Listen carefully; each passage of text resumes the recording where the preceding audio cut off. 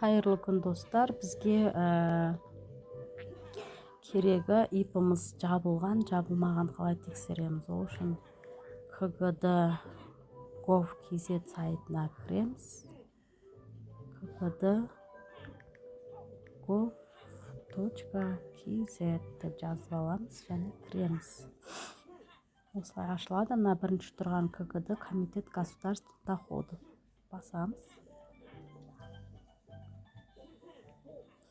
Енді осы жерге поиск налогоплательщиков тұр деп тұр. Соның үстін басамыз. Ставить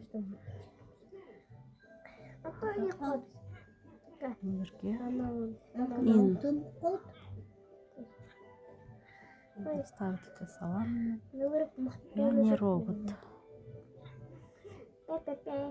Автобус белгілі деп шығып тұр. Подтвердить. Және поиск.